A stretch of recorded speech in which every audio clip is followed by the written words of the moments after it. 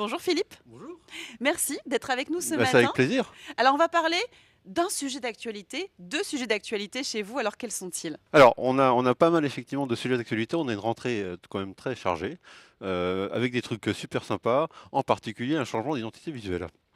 Alors, c'est un changement qui cherche à moderniser l'image de carte blanche partenaire, tout en s'ancrant dans ses valeurs fondamentales, avec un ADN qui est tourné autour du sens de l'exigence, du professionnalisme, du respect de ses partenaires. Et puis de la volonté d'aller chercher l'innovation, d'aller chercher de l'efficacité opérationnelle, soit dans les outils, soit dans les méthodes. D'accord. Donc, et on a essayé de construire un logo qui est ici, qui est en rondeur, en douceur, pour aller chercher la proximité, pour aller expliquer la volonté de dialogue.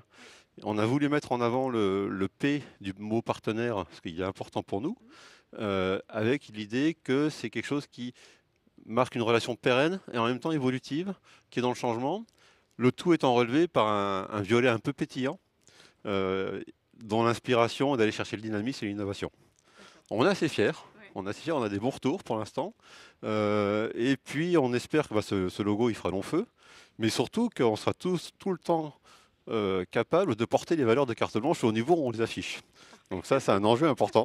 C'est un enjeu, c'est un objectif et ça donne une petite pression quelque part. Exactement, exactement. Et ça nous inspire beaucoup. Alors l'autre sujet d'actualité est un peu moins fun, on va dire. On est en train de travailler sur le redéploiement de notre réseau dentaire Oui. avec une transformation de nos partenaires en chirurgiens dentistes. On a deux idées forces qui nous animent. Une première idée, c'est qu'on envoie nos clients chez des professionnels qualifiés. Mhm. C'est-à-dire qu'on va essayer d'éviter les arracheurs de dents, ce genre de choses. Merci. On a tous des souvenirs plus ou moins On a précis sur c'est ça, ça. exactement. Pour ça, moi, j'aime bien les gens, j'aurais pas évité le donc plutôt aller chercher des bons professionnels, Ouais. aguerris et qui sont pas uniquement là pour faire du business. Mm. Et deuxièmement, on a construit l'autre idée forte, c'est qu'on a construit un dispositif qui se veut très facile d'usage pour les professionnels de santé.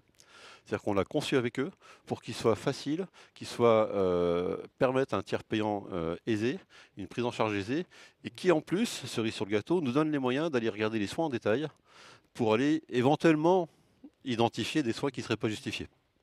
Donc ça, j'ai beaucoup d'espoir là-dedans, ça va être un truc vachement bien. Et puis dernier volet de l'histoire de Carte Blanche pour cette fin d'année, c'est le déploiement du tiers payant. Carte Blanche est en train de devenir un opérateur tiers payant.